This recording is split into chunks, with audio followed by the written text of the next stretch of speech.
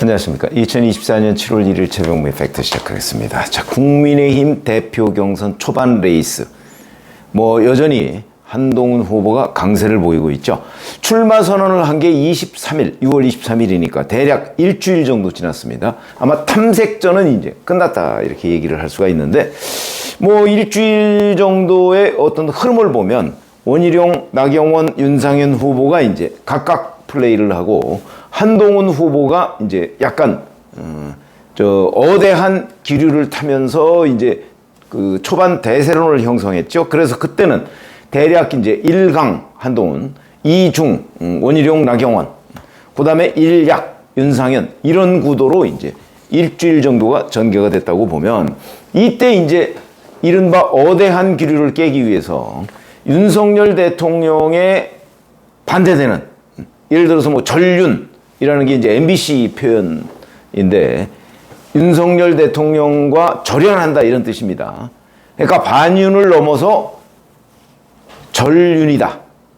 이렇게 이제 대통령실에서 얘기를 했다. 이걸 MBC가 보도를 했는데 확인된 건 없습니다.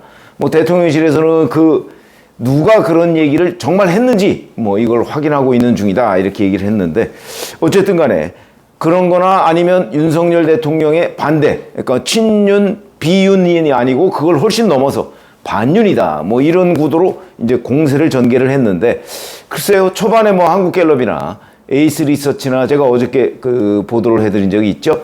그런 흐름들을 보면 어대한 기류는 좀 깨진 듯한데 한동훈 강세는 여전하다. 이런 것이죠. 특히 국민의힘 지지층에서는 여전히 한 50%대 후반이 한동훈을 지지하고 있습니다. 물론 중도층은 다릅니다. 중도층, 왜냐하면 국민의힘 대표 경선의 여론조사는 중도층의 영향을 받거든요. 그러니까 국민의힘 지지층과 중도층을 상대로 여론조사를 하기 때문에 중도층에서 어떤 흐름을 갖느냐는 것도 중요하죠. 그러나 여론조사라는 건 기본적으로 20%밖에 안 되고 선거인단이 80%인데 선거인단이 과연 일반 국민 여론과 같을 것인가 다를 것인가 이런 부분이 이제 약간 의문이라는 겁니다. 그런 것 때문에 제가 어제 한동훈 대표 당선 이걸 장담할 수 없다. 왜? 여론조사에 지금 잡히는 국민의힘 선거인단의 규모가 워낙 작기 때문에 여론조사는 대략 한국갤럽인 경우에 한 1000명 정도를 면접을 하는데 이 중에서 국민의힘 선거인단이 그 1000명 안에 포함된 사람 숫자가 대략 한 20명, 20명 안팎. 그럼 980명은 중도층이나 아니면 민주당 지지자 이런 사람들일 가능성이 대단히 높죠. 물론 그 중에 국민의힘 지지이면서 선거인단이 아닌 사람 이런 사람들인데 그렇게 보면 장담할 수가 없다 이런 말씀을 드렸는데 어쨌든 간에 초반 일주일이 지나면서 이제 이 절윤 그다음에 반윤 이런 구도가 그런 이제 캠페인이 조금 지나고 이제는 배신의 정치 프레임으로 넘어갔습니다. 그 얘기는 절윤, 반윤 이 공세가 실패를 했다. 아마 이런 평가로 판단이 됩니다. 엊그제 나경원 후보는 이렇게 얘기를 했습니다. 이게 이제 이명박 전 대통령 면담하고 나온 뒤에 특정인에 대한 배신이 국민을 위한 배신이 아니라 사익을 위한 배신이라면 이해할 수 없는 행동이다. 이렇게 돼서 이제 이른바 배신의 정치 프레임을 한동훈 후보한테 씌운 겁니다. 원희룡 후보는 인간관계를 하루아침에 배신하고 당원들을 배신하고 당정관계를 충돌하면서 어떤 신뢰를 얘기할 수 있다는 건가 이러면서 또 이제 한동훈 후보를 겨냥했고 윤상현 후보는 절윤이 된 배신의 정치는 결코 성공할 수 없다 이런 얘기를 한 적이 있습니다. 자, 이거는 배신 이 개념은 결국 윤석열 대통령과 한동훈 후보 간의 관계를 놓고서 지금 다른 후보들이 평가를 하는 거죠. 그거는 팩트가 있습니다. 비상대책위원장 시절에 윤석열 대통령과 불화를 일으켰던 점, 최근 제3자 추천 최상병 특검법 이걸 들고 나오면서 용산과 각을 세운 거 아니냐? 저는 거기에 동의를 안 하지만 저는 각 세운 게 아니라고 제가 말씀을 드렸죠.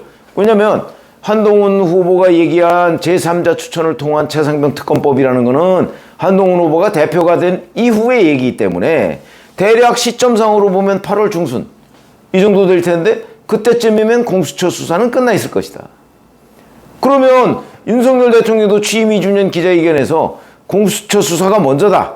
그리고 공수처 수사를 보고 미흡한 부분이 있다고 한다면 내가 먼저 특검을 요구하겠다. 이렇게 얘기한 적이 있죠. 그러면 8월 중순이라는 시점을 보면 윤석열 대통령과 한동훈 후보 간의 견해차가 없을 수도 있다. 물론 공수처 수사를 발표한다고 해서 민주당이 의혹 해소됐습니다. 이럴 리는 없죠. 그러나 일반 국민들은 의혹에 그래도 일정 부분은 해소가 됐네? 이렇게 해서 새로운 국면을 맞을 가능성이 있다는 겁니다. 만약에 그렇지 않다면 특검해야죠. 뭐 특검 한들 별거 나오겠습니까? 저는 별거 안 나온다는 입장이거든요. 뭐 그렇긴 하지만 어쨌든 간에 이런저런 것 때문에 이른바 절윤, 반윤 이런 프레임 그리고 뭐 불화 이런 것들이 일정 부분은 먹혀서 아마 어대한 기류는 이제 흔들린 이런 상황인데 적어도 배신의 정치 쪽으로 이제 넘어간 걸 보면 절윤, 반윤 이런 정도의 그 한동훈 공격이 그다지 큰 효과를 보지는 못했다. 이런 판단하에 다음 국면으로 넘어가는 것 아닌가. 전 그렇게 봐서 6월 공세가 실패했다고 보는 겁니다. 뭐 완전한 실패라고 보기는 어렵지만 어대한 기류를 깨는 거 정도, 흔드는 거 정도. 그러나 결정적인 건 아니다. 그건 뭐 여론조사에서도 다 나오죠. 뭐 갤럽이나 에이스 리서치나 뭐 이런 데 조사에서도 보면 여전히 국민의힘 지지층에서는 거의 55 내지 60% 정도로 한동훈 후보가 많이 나오고 있으니까. 그러나 중도층은 좀 다르죠. 그러니까 중도층에서부터 서서히 금이 간 거는 맞는데 그러나 완전히 깨졌다 대세로 이러기는 어렵다. 그래서 아마 배신의 정치 계열로 프레임을 전환한 것이 아닌가. 원, 나, 윤이. 이렇게 판단이 되고요.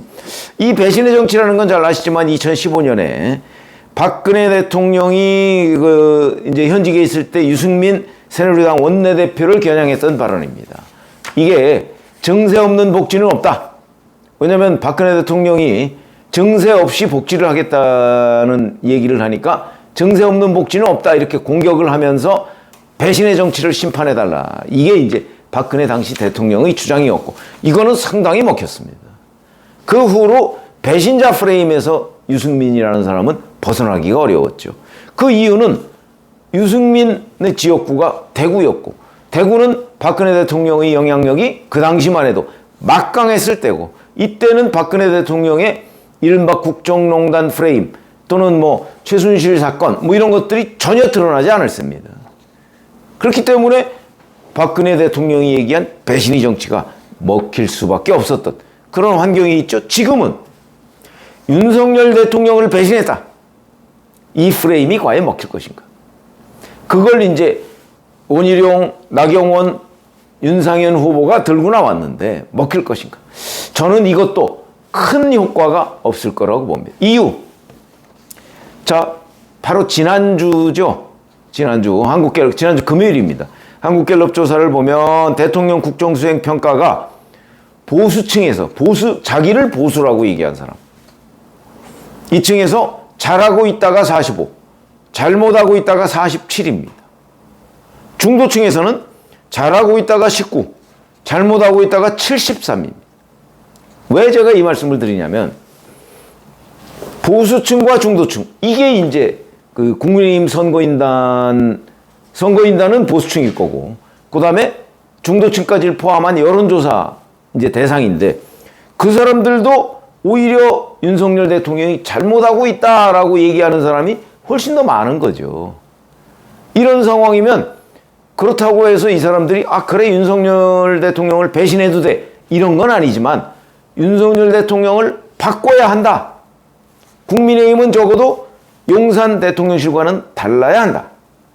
이런 생각을 가지고 있는 사람들 그 가능성이 대단히 높죠. 그러니까 윤석열 대통령을 배신했다. 이 프레임이 이 사람들한테는 적어도 안 먹힌다는 겁니다. 그러니까 더 많은 사람한테는 윤석열 대통령을 배신했다. 이게 안 먹힌다는. 그게 수치로 나타납니다. 이렇게. 윤 대통령이 잘못하고 있다. 국정수행을 잘못하고 있다는 사람이 훨씬 많은데, 아니 뭐 윤 대통령 배신? 에이, 그게 뭐 배신이야? 뭔가 좀 새로운 걸 해보겠다는데 이런 사람이 더 많을 거라는 거죠. 그러니까 배신의 정치라는 이 그 원희룡, 나경원, 윤상현 후보의 7월 공세가 효과가 전혀 없는 건 아니지만 대단한 효과를 발휘하기는 어렵다. 그거는 배신의 정치가 효과를 발휘하기 위해서는 2015년 박근혜 대통령처럼 박근혜 대통령의 그 국정 장악력이 여전히 막강했을 때, 이때는 박근혜 대통령을 배신한다는 것이 곧 당원을 배신하는 것, 이렇게 되겠지만 지금은 윤석열 대통령의 국정 장악력이 워낙 떨어져 있기 때문에 윤석열 대통령과 다른 길을 가겠다는 이쪽이 더 많다. 지금 가야 한다는 쪽이 더 많다. 그렇다면 윤석열 대통령을 배신했느냐 여부도 논란이 생길 것이고, 그 다음에 설령 윤석열 대통령과 다른 길을 간다고 해도 나는 그걸 지지할 거야 라는 사람이 더 많을 가능성이 있다. 그러니까 배신의 정치 프레임도 일정 부분 성과는 있지만 크게 성공하긴 어렵다. 그러면 이 배신의 정치 프레임의 수명도 그렇게 많지 않을 것이고, 그렇게 이거를 이제 한동훈 후보는 공환증 이렇게 대응을 했더군요. 공환증이라는 건 이제 중국 축구가 한국 앞에서는 약해진다. 그래서 공포, 두려워한다, 한국을. 그래서 이제 중국 축구의 개념에서 나온 공환증이라는 건데, 뭐 이것도 그렇게 효과적인 대응 방법은 아니라고 봅니다. 뭐 지금 공환증 개념은 아니고, 그 뭔가 이 다른 3인의 후보가 한동훈 대세론을 흔들기 위한 프레임이죠. 자기들도 굉장히 공격적으로 나오고 있는 겁니다. 지금 원희룡, 나경원, 윤상현도 공격적으로 한동훈 대세론을 흔들기 위한 건데, 저는 어느 정도는 성공했지만 그게 이 한동훈 후보 불가론이 대세를 형성할 정도는 안 됐다. 뭐 이런 중도층에서는 어느 정도 효과가 있는 것으로 보입니다. 뭐 이렇게 돼서 제가 오늘 말씀드리려고 하는 내용은 초반에 절윤, 반윤 이런 프레임은 성공하지 못했다. 그리고 지금 배신의 정치 프레임으로 전환을 했는데 그것도 크게 성공할 가능성은 낮다. 이렇게 본다면 아마 한동훈 후보와 다른 세 후보, 나중에 이제 만약에 한동훈 후보가 1차 투표에서 그 당선이 안 된다면 2차로 넘어갈 텐데 2차에서 이 세 사람은 한편이 될 가능성이 높거든요. 그러면 그때는 뭔가 다른 개념으로, 제가 뭐 그 아이디어를 줄 수는 없는 거지만 다른 개념으로 한동훈 후보를 공략해야 되는 것 아닌가. 뭐 아마 그래야 오히려 희망이 있어 보인다. 너무 윤석열 대통령과의 관계에서 지금 한동훈 후보한테 공세를 펴는 거는 오히려 그 큰 효과를 보기는 어렵다. 그 효과가 있으려면 윤석열 대통령이 국정 운영 지지율이 지금보다 훨씬 높아야죠. 그런 점에서 본다면 일단 어대한 기류를 꺾는 데까지는 성공했지만 여전한 그 한동훈 강세, 뭐 이거를 지금 다른 세 후보가 효과적으로 공략하지 못하고 있는 것이 바로 지금 국민의힘 대표 경선의 초반, 이제 중반 초입 정도 될 텐데 아마 대략 뭐 한 7월 보름 정도까지를 중반으로 볼 수가 있을 겁니다. 그리고 뭐 용산 대통령실에서도 아마 뭐 7월 한 초 정도의 판세를 종합적으로 점검한 뒤에 이제 윤 대통령이 적극 개입이냐 아니면 지금처럼 소극 개입이냐 이런 그 결심을 하지 않을까 이렇게 판단이 됩니다. 고맙습니다.